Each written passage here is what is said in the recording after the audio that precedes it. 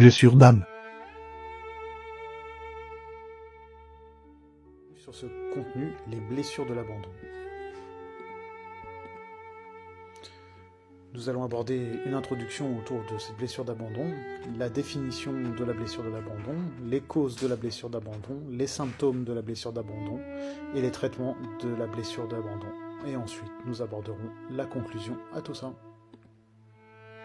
Donc, en introduction, bienvenue tout d'abord sur cette présentation sur la blessure d'abandon. Cette blessure peut sembler abstraite, mais elle peut avoir un impact profond sur la vie des individus qui en souffrent.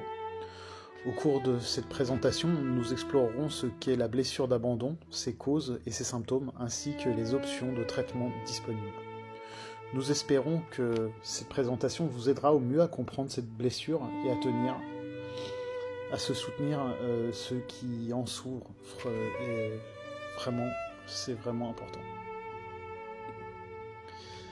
La définition de la blessure de l'abandon, c'est une douleur émotionnelle profonde causée par un sentiment de rejet et de négligence dans l'enfance. Cela peut inclure l'abandon physique ou émotionnel par un parent ou une figure d'autorité, ainsi que des expériences traumatisantes telles que la perte d'un être cher ou un divorce difficile. Les personnes atteintes de cette blessure peuvent avoir du mal à établir des relations saines et durables car elles ont souvent peur d'être abandonnées ou rejetées. Ils peuvent également ressentir une profonde solitude et un manque d'estime de soi. Les causes de la blessure d'abandon, elles peuvent être variées, complexes. Ils peuvent inclure des événements traumatiques tels que la mort d'un parent ou un divorce difficile, ainsi que des expériences moins évidentes telles que la négligence émotionnelle ou le manque d'attention. Dans certains cas, la blessure d'abandon peut également être causée par des schémas de comportements familiaux malsains, tels que l'alcoolisme ou la violence domestique. Quelle que soit la cause, il est important de reconnaître la blessure d'abandon et de chercher de l'aide pour guérir. Les symptômes de la blessure d'abandon peuvent varier d'une personne à l'autre, mais ils peuvent inclure des sentiments de tristesse, de solitude et de désespoir. Les personnes atteintes de cette blessure peuvent avoir du mal à établir des relations saines et durables car elles ont souvent peur d'être abandonnées ou rejetées. Ils peuvent également ressentir une profonde insécurité, un manque d'estime de soi, ainsi que des problèmes de confiance et de dépendance émotionnelle. La guérison de la blessure d'abandon peut prendre du temps, mais il est important de chercher de l'aide pour surmonter ces symptômes et retrouver une vie saine et épanouissante. Le traitement de la blessure d'abandon peut inclure une combinaison de thérapies individuelles, de soutien par les pairs et de méditation. Il est important de travailler avec un professionnel qualifié pour élaborer un plan de traitement personnalisé qui répond à vos besoins spécifiques.